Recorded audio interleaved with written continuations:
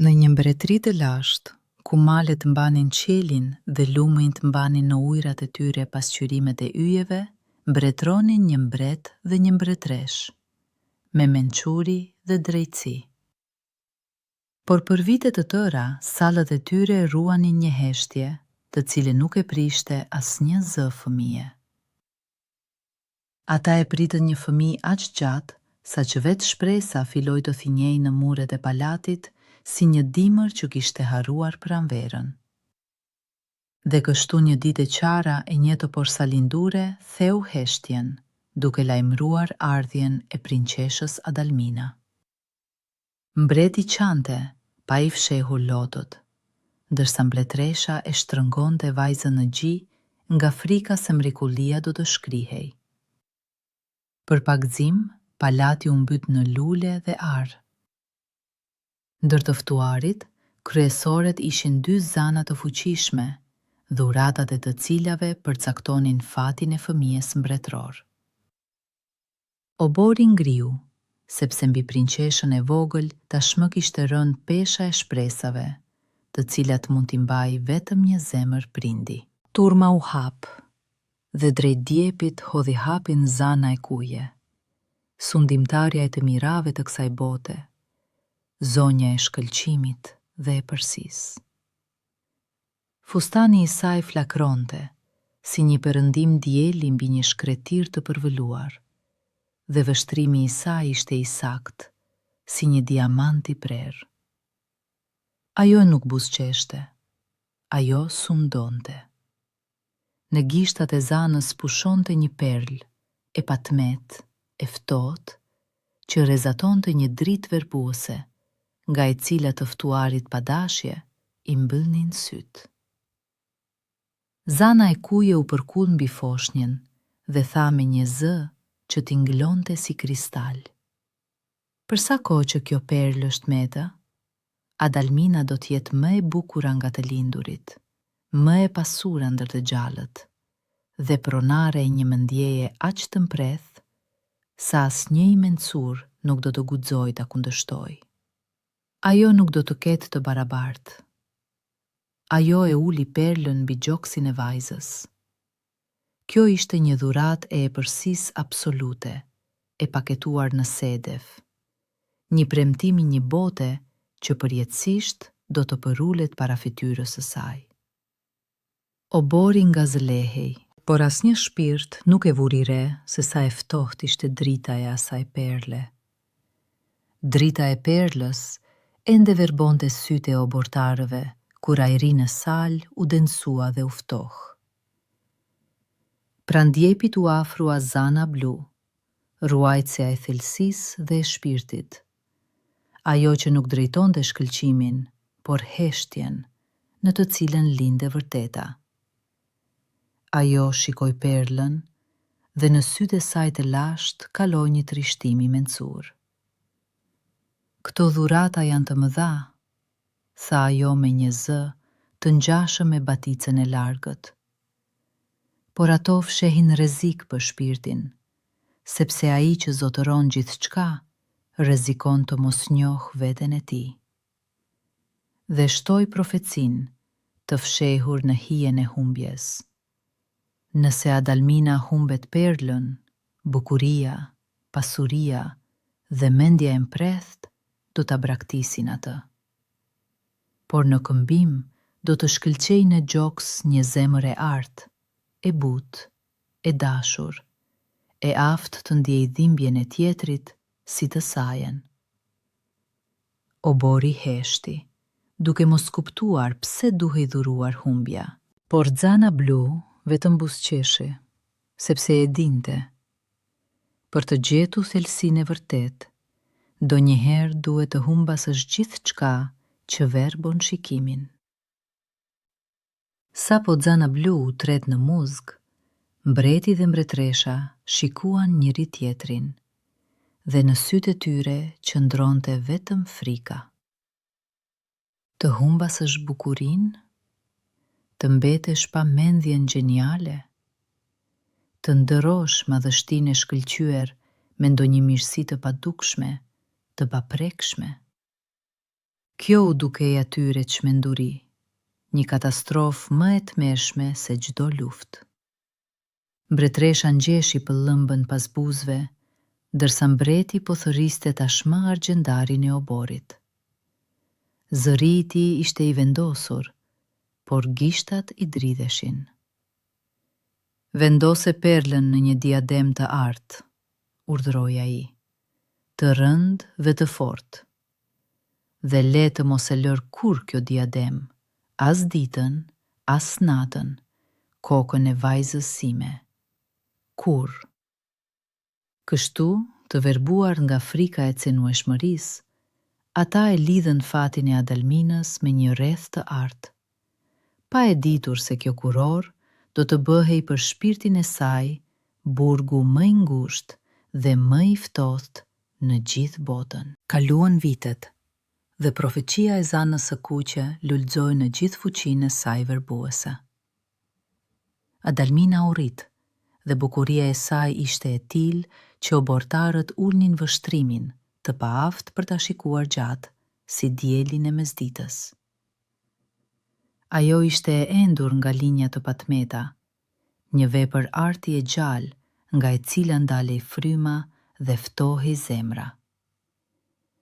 Mendja e saj nuk njihte të barabartë. Akademikët flokbartë zbeheshin kur prinçesha me një buzëqeshje të lehtë zgjidhte detyra me të cilat ata kishin luftuar me vite.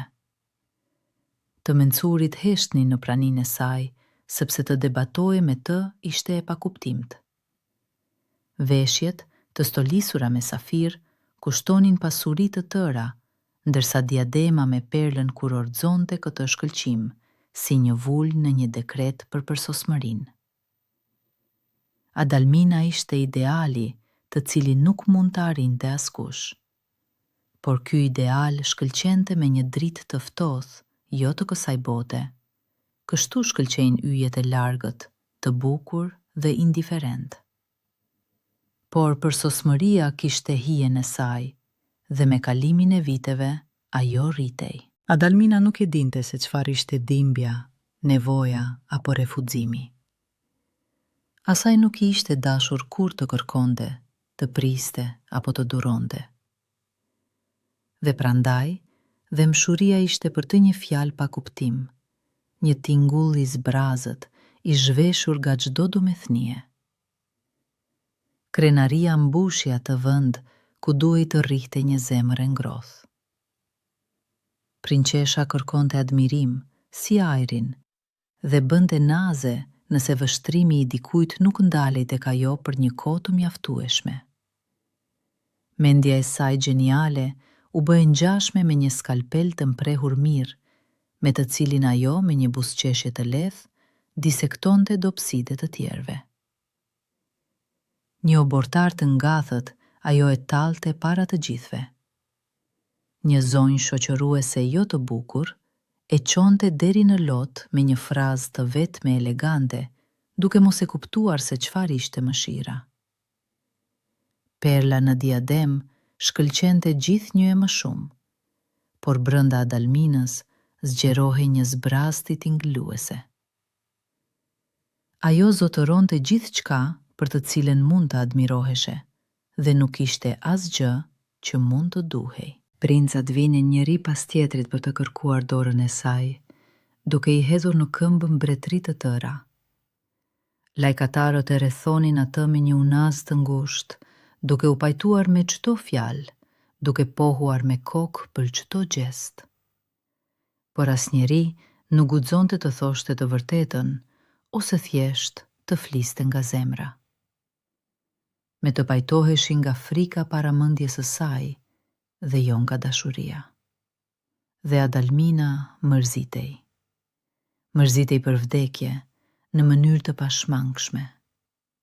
As festat, as librat, as muzika nuk e preqnin më. Gjithçka I dukej e pa shije, e parashikueshme, gri.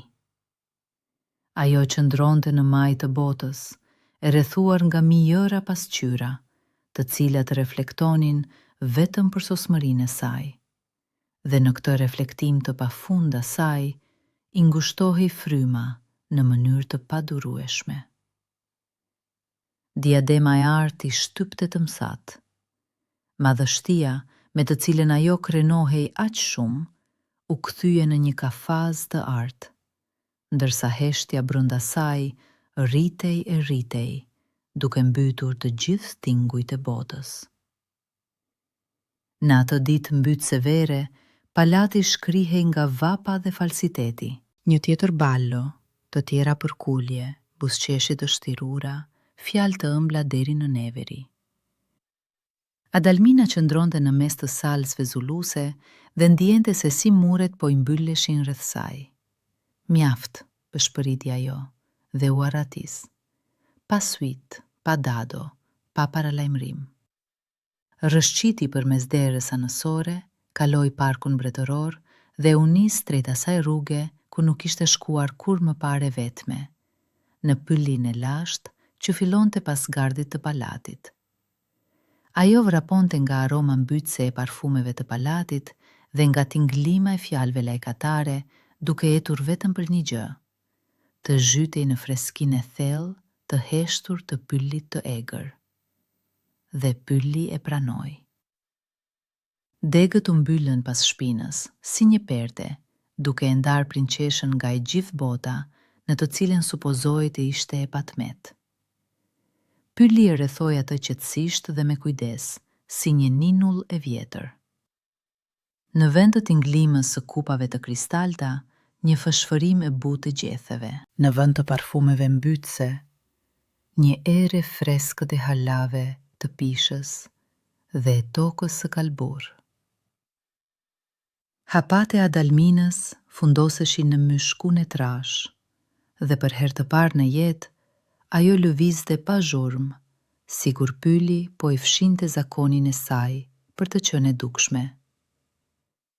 Rezet e diellit depërtonin përmes kurorave të pemëve, duke vizatuar në shteg modele të çuditshme, të cilat nuk kushtonin as 100 darkë dhe ishin më të bukura se çdo sishade.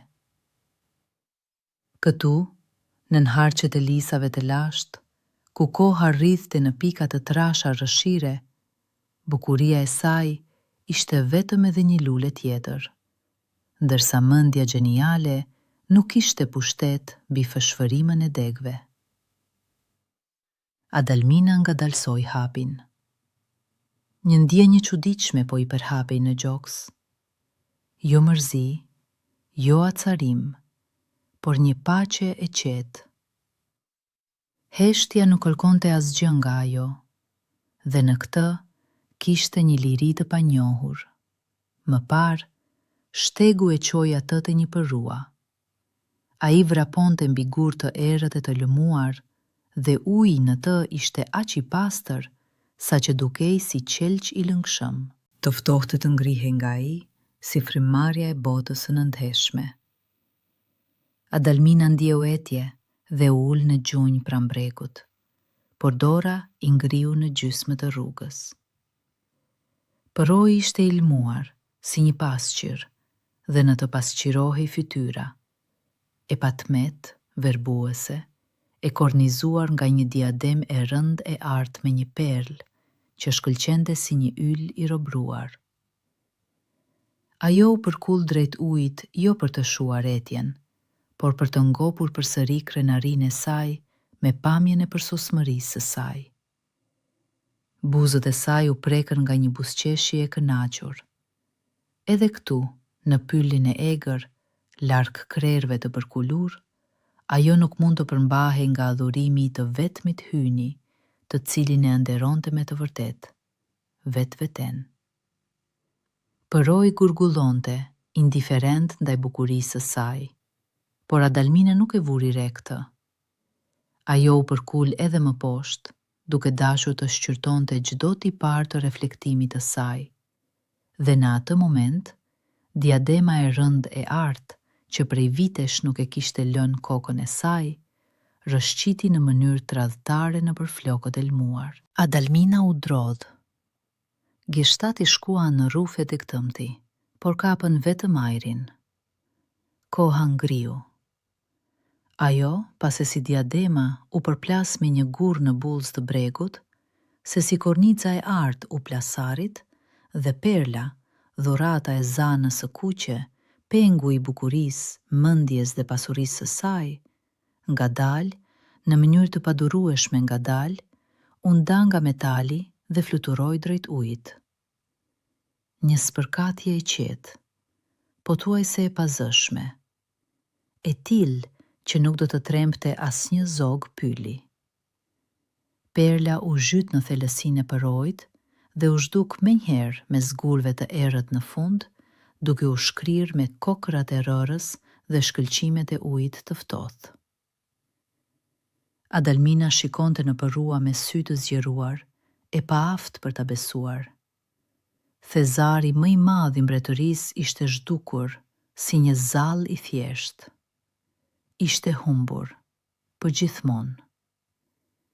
Adalmina bërtiti dhe i zhyti duart në ujin e akullt, duke gërmuar me konvulsione në fund, por gishtat gjenin vetëm gur të rëshqiqëm dhe zbrasti. Perla ishte zhdukur. Dhe atëhere, profecia e zanës blu që kishte dremitur për 18 vjet, u zgjua. Bota rreth saj u lëkund dhe filloi të erësohej, sikur dikush ngadalë po e tërhiqte qielin me një perde të rëndë. Pemët filluan të notojnë, përroi heshti. Mendja e saj e shkëlqyer, që ruante sekretet e shkencave dhe gjuhëve, u shua papritmas, si një qiri i fryrë. Mendimet shkriheshin njëri pas tjetrit. Kujtimet po fshiheshin, si shkrimet në rër në një val që po afron. Emrat, fytyrat, formulat, fjalët, gjithçka po humbiste në një mjegull të dendur e të rënd harese. Adalmina nuk ndjeu dhimbje. Thjesht ajo që kishte qenë, pushoi së ekzistuari. Gjunjët i dhanë dhe ajo u lëshua pa zhurmë mbi mishkun e butë pranë përojit, e zhytur me një të fikët të thellë të padepërtueshëm. Ajo u zgjua nga i ftohti. Mishku në faqen e saj ishte i lagësht, përroi gurgullonte pranë, indiferent, si më parë. Adalmina u ul dhe shikoi duart e saj. Ato ishin të ndryshme, jo të bardha, të buta, si petalet e zambakut, por të ashpra, me lqur të plasalitur, me shenja pune, të cilën ajo nuk e kishte bërë kur. Duar të huaja në një trup të huaj. Ajo preku fytyrën dhe nuk e njohu. Gishtat ndjen tipare të thjeshta, të buta, pas një gjurmë të shkëlqimit të mëparshëm. Duke u dridhur, u përkull mbi ujë. Pasqyra e përojit, që derivon kishte reflektuar për sosmërinë, tani po kthente vështrimin e një vajze të zakonshme pas një tipar të jashtëzakonshëm, bukuria e së cilës u shpëla së bashku me perlën e humbur.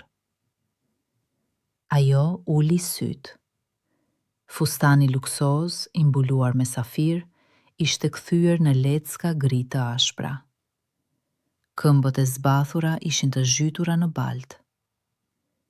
Profecia e zanës së kuqe ishte shpëndar pa lënë gjurmë, dhe para përojit të pylit nuk po ulej një prinçesh, por askushi. Por ndryshimi i pamjes ishte vetëm hija e ndryshimit të vërtet. Ajo u përpoq të kujtonte emrin e saj dhe nuk mundi. U përpok të kujtonte se nga kishte ardhur, dhe gjeti vetëm zbrazdi të lmuar dhe pa fund, si një qiel pa asnjë re. As fytyra, as zëra, as sala palatesh, as formula, as gjuhë, as një resht të vetëm nga librat e lecuar. Gjithçka ishte fshirë, si shkrimet në rër të lagur. Mendja gjeniale, e mbushur me njohuri dhe arogancë, ishte zhdukur, duke lënë pas një zbrasti tingëlluese e të pastër të mos dijes. Kujtesa e saj ishte e virgjër, e pastër, si një fletë pergameni e pashkruar. Dhe në këtë zbrasti fshihej diçka e çuditshme. Ajo nuk njihte frikë për të ardhmen, sepse nuk kishte një të kaluar për të cilën mund të mbahej. Ajo thjesht ulej pranë përrojit duke dëgjuar ujin, dhe nuk ishte askush. Një askush e lirë, e lehtë, e porsalindur. I ftohti e shtyu të ngrihej. Këmbët e zbathura prekën tokën e lagësht, dhe ajo u nis përpara, duke mos e ditur se ku, e shtyr nga një panik primitiv e i heshtur. Pylli kishte ndryshuar, po ai pyll, që një orë më parë ishte një stre e qetë për prinçeshën e mërzitur, tani e rrethonte vajzën e friksuar me një mur errësire armiqësore. Pemët, që ishin dekorime të heshtura, u bën në roje kërcënuese, duke mbyllur degët mbi hutimin e saj. Çdo zhurmë në shkure e bënte atë të dridhej. Hijet zvariteshin në tokë duke marrë formën e përbindshave, dhe thirrja e mpreth e një zogu nate ja shponte zemrën si një gjilpër akuli. Ajo mbështoli veten me duar. Uria po ja shtrëngonte stomakun e zbrazët. Të ftohtit po futej në lecka, dhe askush nuk ishte afër, as shërptor, as roje, as një shpirt i gjallë i vetëm në këtë botë të madhe, indiferente, që nuk e vriste mendjen për një vajzë të paemër. Nata zbriti mbi pyll si një mbulesë e zezë.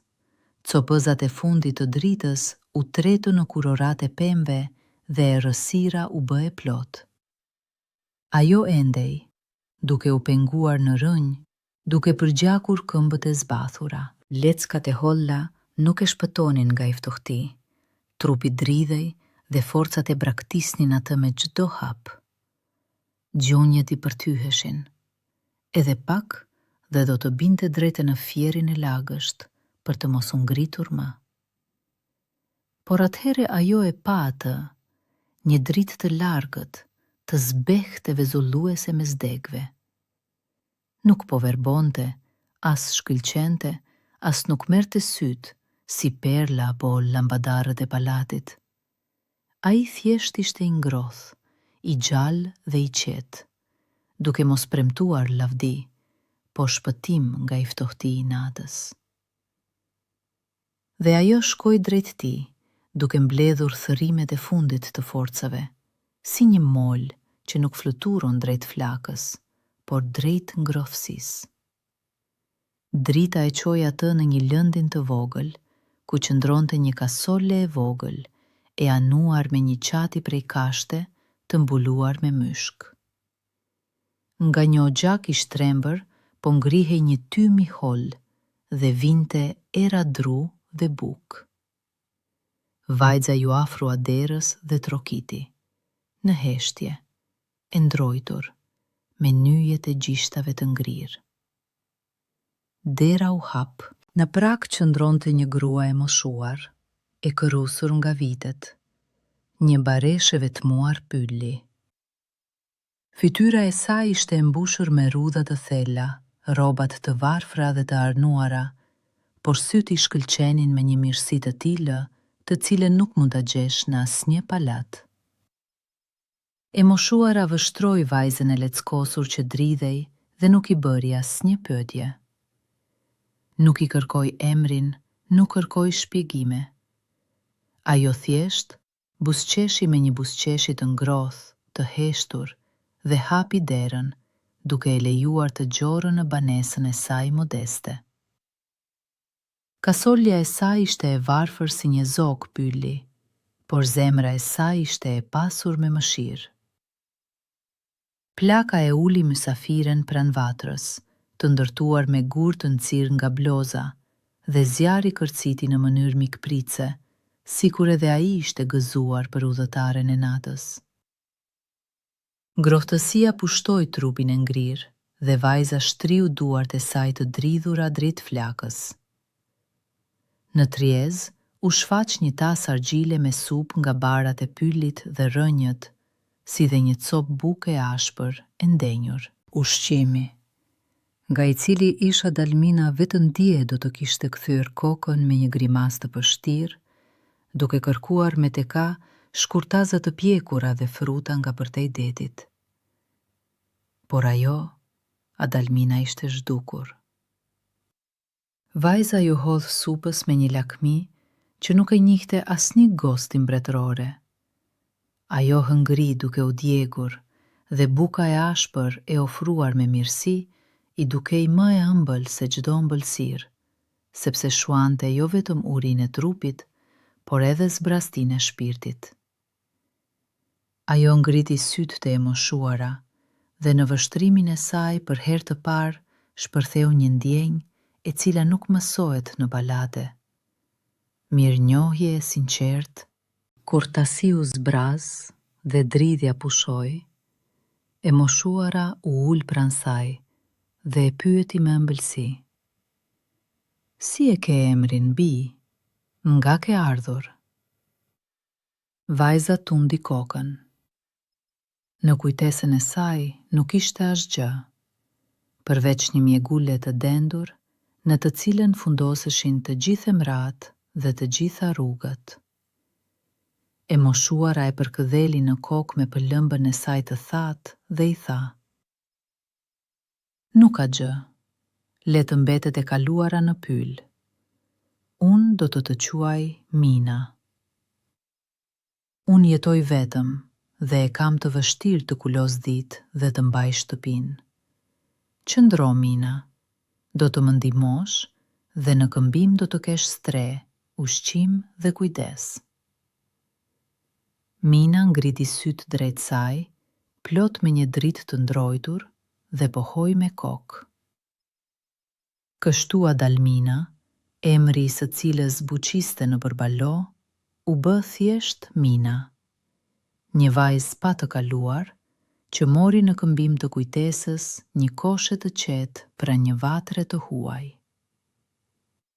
E moshuara i shtroi një shtrat me kasht të freskët dhe lëkur të vjetër delesh në cep të kasoles. Mina ushtri dhe shtrati ashpër e priti trupin e saj të lodhur aq me kujdes, sa nuk e kishin pritur as dyshekët e mëndafsht, as jastëkët e pupëlta të palatit të largët e të haruar. Sytë ju mbyllën vetvetiu, dhe gjumi i erdhi me njëherë, i thellë, i errët, i qetë, si uji i një liçeni pylli në një natë pa erë. Në këtë gjumë nuk ishte asgjë, as sangthe për veshjet, as smakthe për statusin e humbur, as buzëqeshje të shtirura, as shkëlqimin verbues të perlës. Vetëm kadifja e butë e zezë e paqes, në të cilën po fshiheshin ngadalë gjurmët e fundit të krenarisë dhe zbrazëtisë. Mina fjeti mbi kasht më fel nga sa kishte fjetur ndonjëherë Adalmina. Dhe në këtë heshtje të thellë, shëruese, shpirti i saj raskapitur gjeti prehje për herë të parë pas shumë vitesh, duke u përgatitur për një agjim të ri. Dhe ditët të rodhën, të ngjashme me njëra tjetrën, si pikat e ujit nga një burim pylli. Çdo mëngjes, Mina zgjohej me rrezet e para të diellit që depërtonin përmes të qarave të kasoles. Lahej me ujë të ftohtë pusi, hante një copë bukë me një gotë qumësht thije dhe e nxirrte tufën e vogël në kullotat e pyllit. Ditët i kalonte nën hijen e pemëve, dëgjonte se si era lëvizte degët, vëzhgonte fluturimin e ngadalt të reve, mësonte të dallonte zërat e zoggjve, trokitjen e shqetësuar të çukapikut, këngën e menduar të qafkës, gurgullimën e përgjumur të kumrisë. Dërsa në mbrëmjet e gjata, në ndritën e pishtarit, ajo u lej pranë të moshuarës dhe tjerë të fije. Rrota e fulkës gumzhinte në mënyrë të njëtrajtshme dhe ky tingull i qetë, i rregullt, ja qetësonte mendjen më mirë se çdo ninull. Ditët e saj u bën të ngjashme me rrotullimin e boshtit, ku çdo fije e tjerë thurte në shpirtin që kishte harruar veten paqen dhe heshtjen e pyllit të lashtë. Dhe në këtë jetë të thjeshtë, të ashpër, por të ndershme, profecia e zanës blu filloi të realizohej. Në heshtje, pa u vënë re, ashtu si luleborët që depërtojnë përmes tokës së ngrirë. Duke humbur kujtimin e madhështisë, Mina nuk ndjente më nevojën për t'u lartësuar. Zbrazëtja në gjoksin e saj, e mbetur pas zhdukjes së krenarisë, filloi të mbushej me diçka të re, të ngrohtë dhe të gjallë, për të cilën ajo nuk ja dinte emrin. Kjo ishte një zemër e artë. Ajo mësonte të vlerësonte punën e tjetrit, sepse tani e dinte se si dhemb kurrizi pas një dite në fushë. Ajo falënderonte për çdo copë bukë, sepse e mbante mend shijen e urisë. Ajo e përkëdhelte dhinë së murr me një butësi të tillë, sikur të ishte mikuj vetëm në botë. Butësia, përullësia dhe mshuria, lule që nuk rriteshin në salate mermerta të palatit, qelen në tokën e varfër të jetës së saj të re. E zhveshur nga shkëlqimi i perlës, Mina për herë të parë shkëlqeu nga brenda, dhe kjo dritë e padukshme ishte më e ngrohtë dhe më e pastër se çdo gur i çmuar. Zemra e artë nuk dinte të heshte. Ajo fliste me vepra. Mina mori mbi vete punën më të rëndë, në mënyrë që e moshuara të mund të pushonte. Cilte ujë, çante dru, ndrejte gardhin.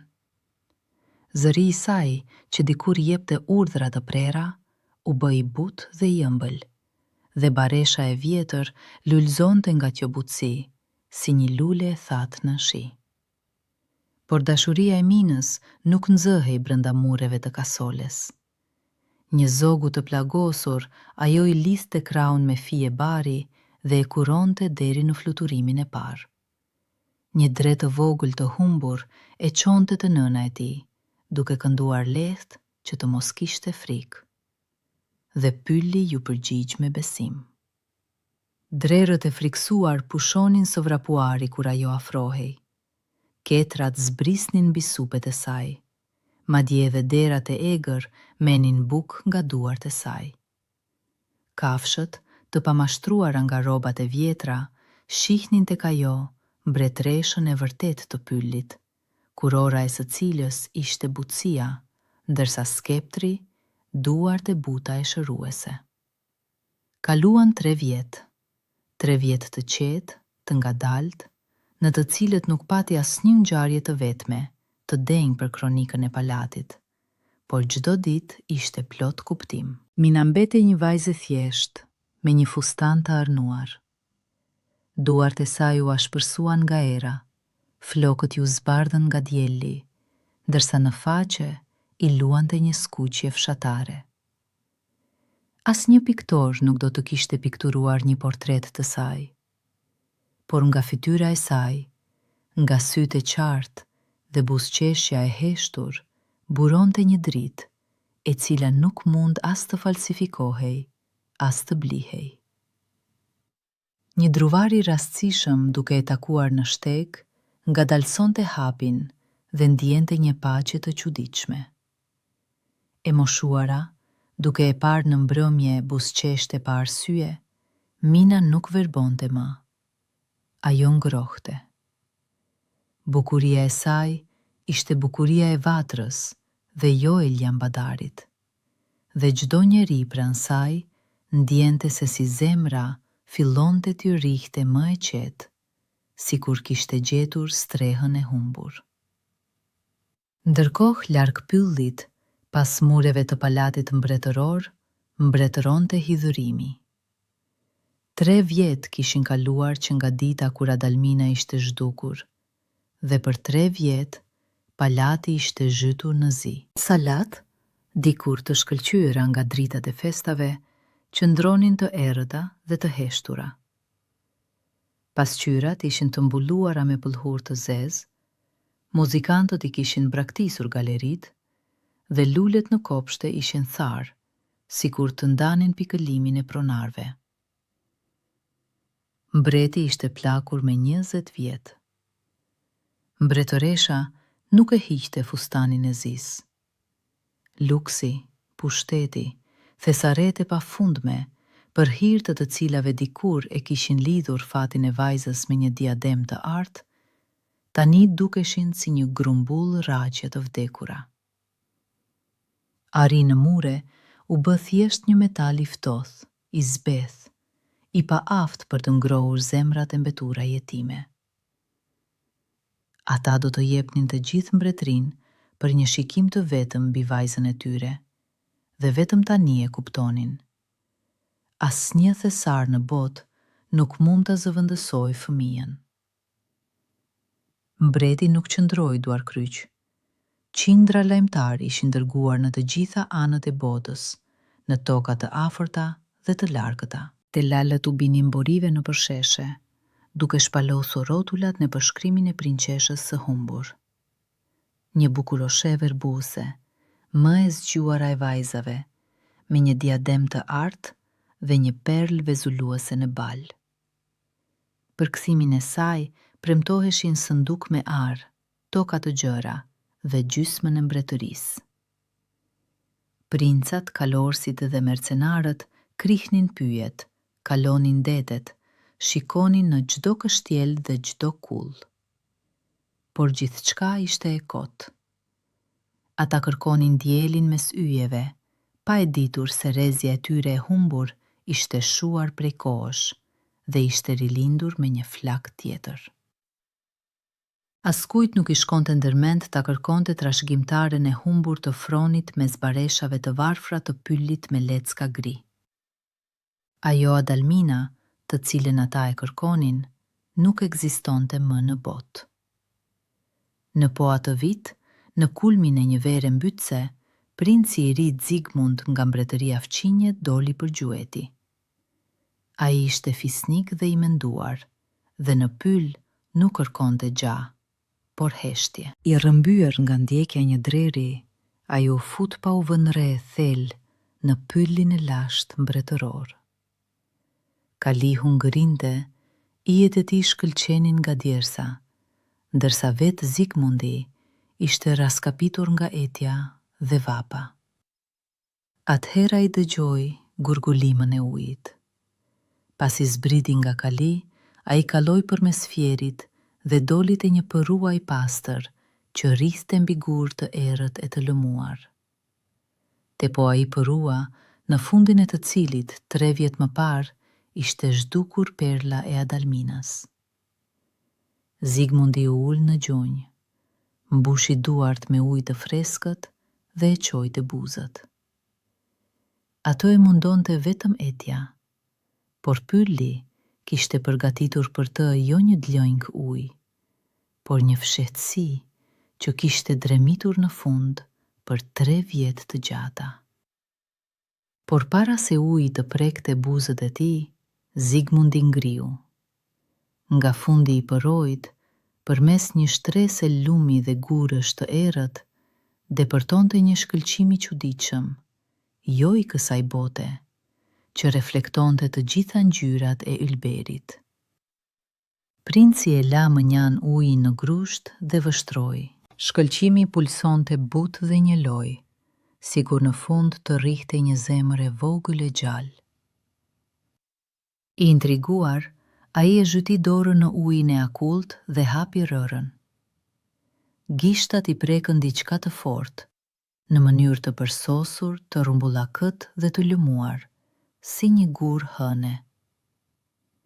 Ai e nxori zbulimin e tij në dritë. Në pëllëmbën e lagur qëndronte një perl e një bukurie të paparë. Pasi kishte qëndruar në fund për 3 vjet të gjata, Ajo nuk ishte zbehur për asnjë moment dhe shkëlqente aq shumë sa që Zigmundi pa dashje mbyli syt. Kjo nuk ishte thjesht një gjevahir, por një pikë drite e pastër e ngrirë, që priste me durim orën e saj në fund të një përroj të harruar pylli. Zigmundi kujtoi urdhrat mbretërore për prinqeshën e humbur me perlën në bal dhe pa u vonuar kalëroi drejt palatit. Kur ai hapi pëllëmbën para mbretit, ky i fundit u zbe dhe u lëkund. Mbretëresha lëshoi një klithm. Ata e njohën menjëherë, dhurata e paçmuar e zanës së kuqe, guri që duhej të mbetej përgjithmonë në balin e vajzës së tyre. Shpresa u ndez në sytë e tyre, e ndritshme dhe torturuese. Por menjëherë u shua. Perla ishte aty, Adalmina jo. Mbreti e shtrëngonte gurin me gishtat që i dridheshin dhe ai shkëlqente si më parë në mënyrë verbuese dhe të patmet. Por në duart e tyre ai ishte vetëm një copë sedefi i ftohtë, i heshtur dhe indiferent ndaj lotëve të prindërve.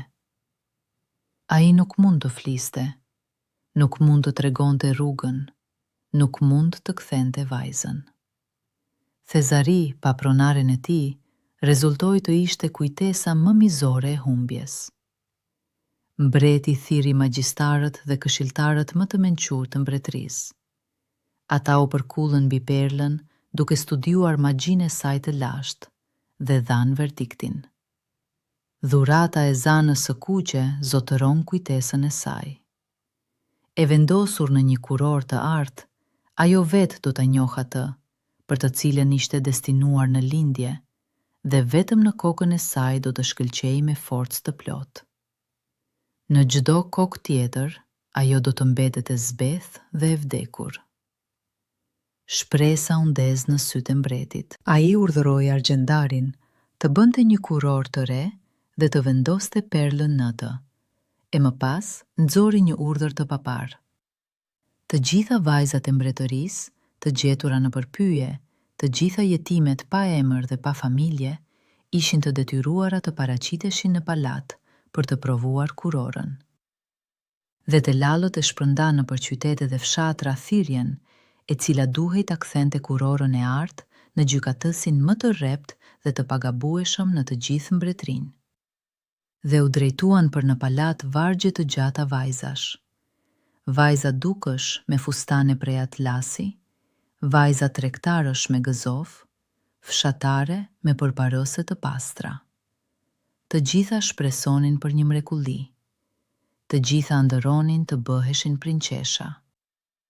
Njëra pas tjetrës, ato i afroheshin fronit dhe ulnin kokat para kurorës. Por magjia ishte e paepur. Disave kurora u rrëshqiste anash, të tjerave u rrinte aq ngushtë sa u shkaktonte dhimbje. Të tretave u ishte jashtëzakonisht e madhe dhe më e rëndësishmja. Perla në çdo kokë të huaj mbetej e zbehtë, si një copë xhami e vdekur, e zhveshur nga çdo dritë.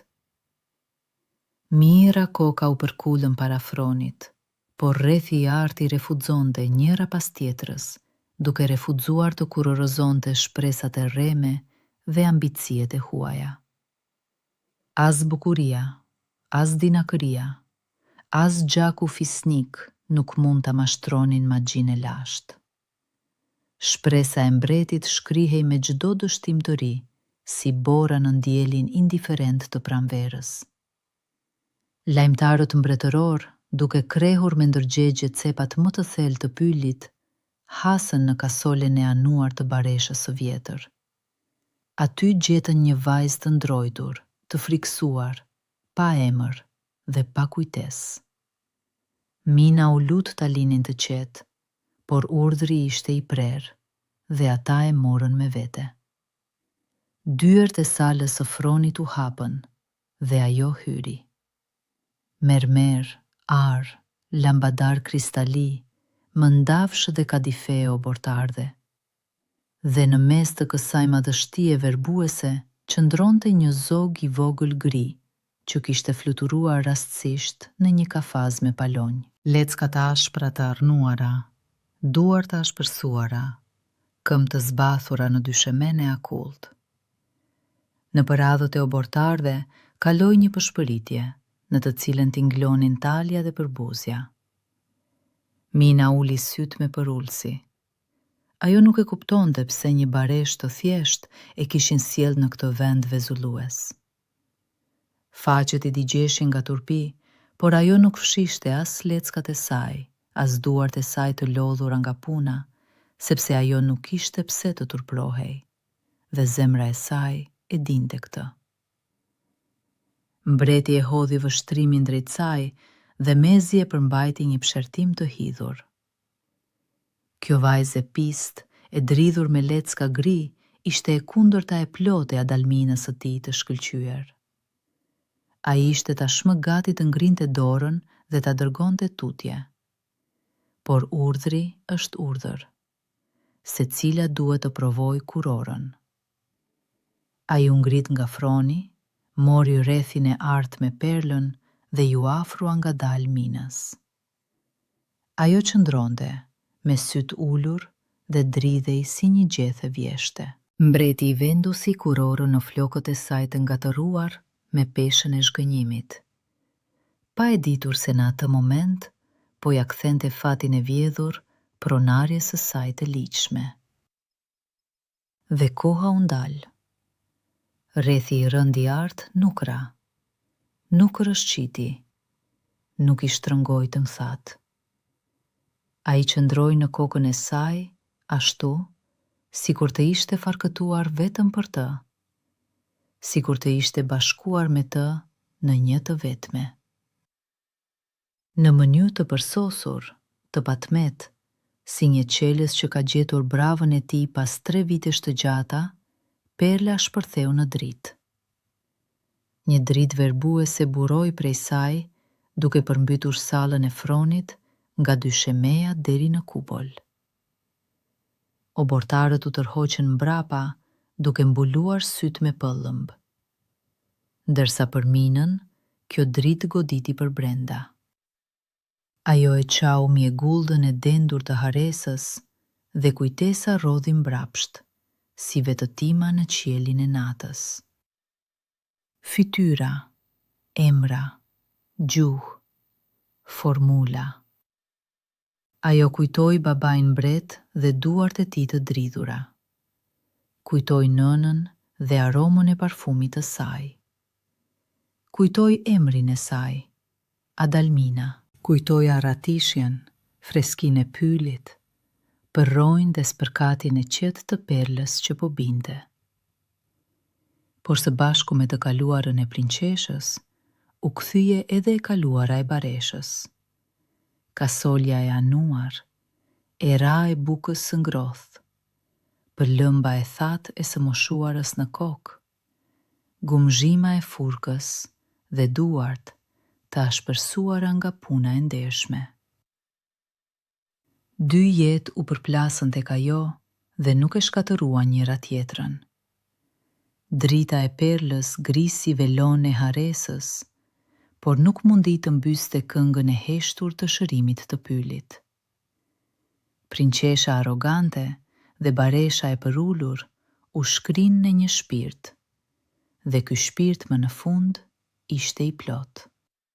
Drita nuk po qetësohej. Ajo e mbështoli Minën nga kokat e këmbët dhe para syve të oborit të tronditur, filoi të ndoste një mrekuli. Tiparet e ashpra të fytyrës u zbutën, lëkura u bë e butë dhe e bardhë, si porcelan. Leckat gri u pluhurosën dhe në vend të tyre qeli një fustan luksoz mëndafshi që shkëlqente ashtu si agjimi I mëngjesit. Flokët e ngatëruar u derdhën si arë mbi supe. Para mbretit po qëndronte përsëri prinqesha verbuese Adalmina, por jo ajo e mëpashmja.